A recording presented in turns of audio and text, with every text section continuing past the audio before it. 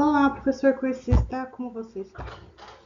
Pronto para mais uma aula? Pronto para mais uma aula? Mais uma videoaula, né? Porque a aula completa é tudo que a gente coloca lá no Moodle. Que se amarra com o vídeo que a gente faz, direcionando vocês para a leitura que vocês vão fazer posteriormente do material indicado lá no módulo. Então tá. Um dos tópicos que a gente vai tratar aqui é a avaliação especializada e, na verdade, acho que o nosso foco maior é a questão da educação, porque vocês são educadores e vão trabalhar ou já atuam com atendimento educacional especializado. Então, eu sou a professora Carla Vilaronga, professora desse módulo, e quero trazer para vocês aqui, retomar uma discussão que eu tenho certeza que vocês já viram em outros momentos, que é o que está enquanto institucionalizado enquanto pessoa com deficiência na lei brasileira de inclusão da pessoa com deficiência, que é a lei que a gente estudou lá na primeira disciplina, que foi publicada em 6 de julho de 2015. Então, o que é importante trazer aqui para vocês? Nós vamos trabalhar nessa disciplina também com o conceito de biopsicossocial, que é o conceito de avaliação da deficiência que hoje a gente defende e que hoje é o que está institucionalizado em forma de lei. Volto de novo. Para a gente, o mais importante do que o auxílio do médico, do que aquele código que vem quando o médico faz a avaliação, que a gente coloca no Google para ver qual que é a definição, é essa avaliação maior da parte educacional. Além disso, tem então um decreto de 2022, o mais atualizado, que vai trazer o que é a avaliação biopsicossocial e vai impulsionar a defesa de que quem avalia a deficiência não seria só a visão médica, mas uma equipe multiprofissional e interdisciplinar. Então, a gente, enquanto escola, enquanto área educacional, a gente consegue fazer um parecer educacional, faz esse documento, que iria para um processo de diagnóstico feito por uma equipe multiprofissional, principalmente em casos que não são deficiências sensoriais ou físicas, que são mais fáceis de serem identificadas por via médica. A gente teria que fazer esse parecer maior, né? Essa avaliação que não dura uma consulta, né? Que a equipe conversaria e pensaria principalmente nos impedimentos que seriam decorrentes das limitações da estrutura do corpo, das funções e das estruturas do corpo. Além disso, se a gente for para a avaliação biopsicossocial, a gente vai para a discussão dos fatores socioambientais, psicológicos e pessoais.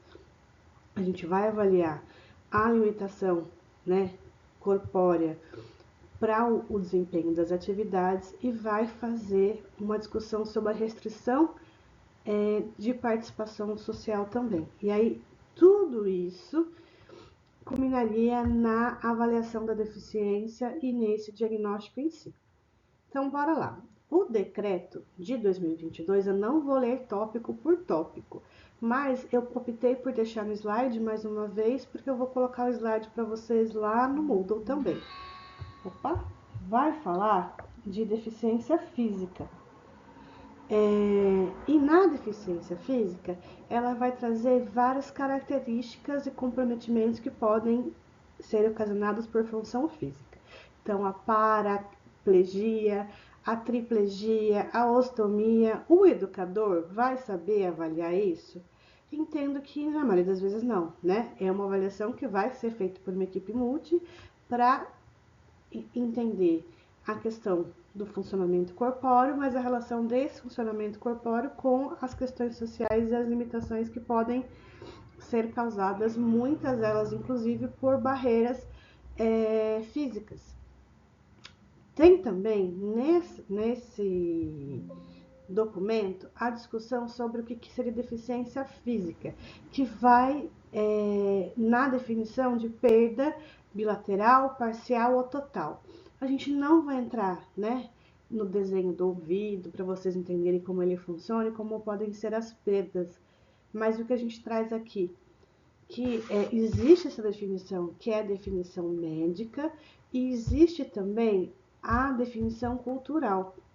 Então, hoje em dia, a deficiência auditiva vai ser caracterizada no campo educacional e, principalmente, né, para pessoas, né, esse termo, para pessoas que não são usuárias de Libras e que não se identificam enquanto cultura surda, e a gente tem definição de surdez para pessoas que são usuárias de Libras e que se entendem pessoas surdas, que estão dentro dessa cultura surda.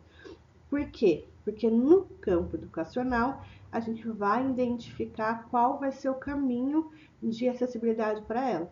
Se vai ser através de Libras, de leitura labial, se vai ser com amplificador sonoro, a gente vai entender quais são as possibilidades específicas para esse estudante. Então, os decibéis nos ajudam, mas eles não conseguem definir qual vai ser o apoio que essa criança precisa, que esse adulto ou esse adolescente precisa. A gente tem que ir lá para avaliação biopsicossocial para poder entender qual vai ser o nosso caminho. A mesma coisa a definição visual. Então, a definição visual vem aqui para a discussão da acuidade e do campo visual. Então, a acuidade é em relação à nitidez, em relação a como essa pessoa enxerga em relação à porcentagem, por exemplo.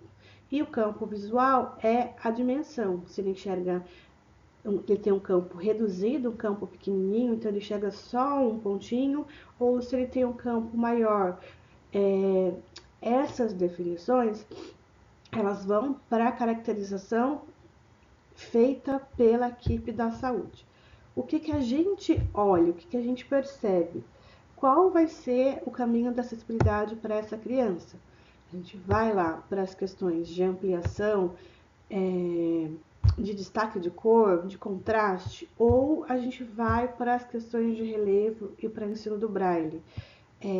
Às vezes, a definição que vem lá no CID, baixa visão ou cegueira, por exemplo, não é a mesma quando a gente faz uma avaliação escolar em relação à porcentagem que ele vê e a funcionalidade da visão, para qual vai ser o caminho de acessibilidade dos materiais que essa criança vai receber.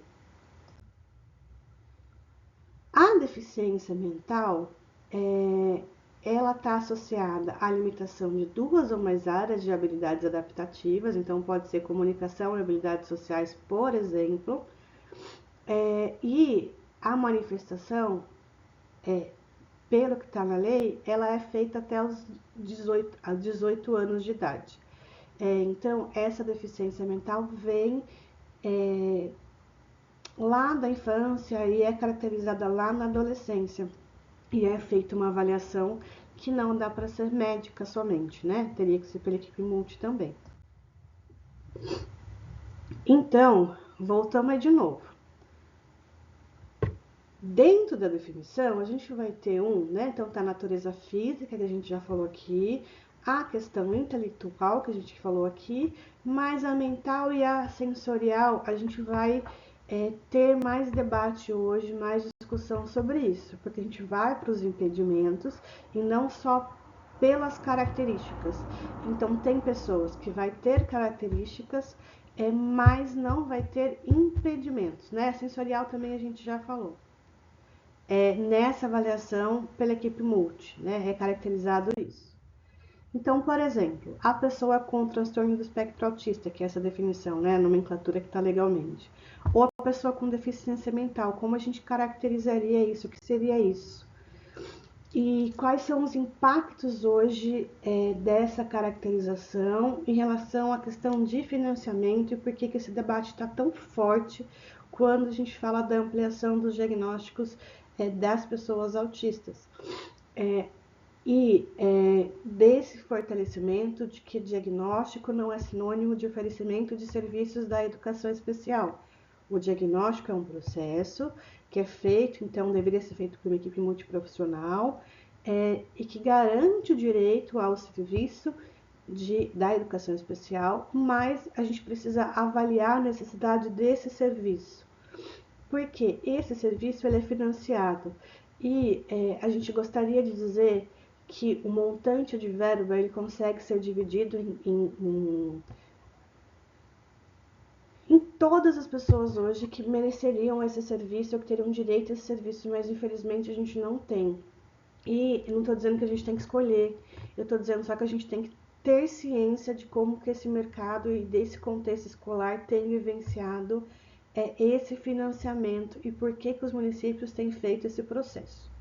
Então, fecho aqui essa parte da aula para ficar longa e deixo vocês aí com essa discussão e a gente volta daqui a pouco no próximo módulo a ela.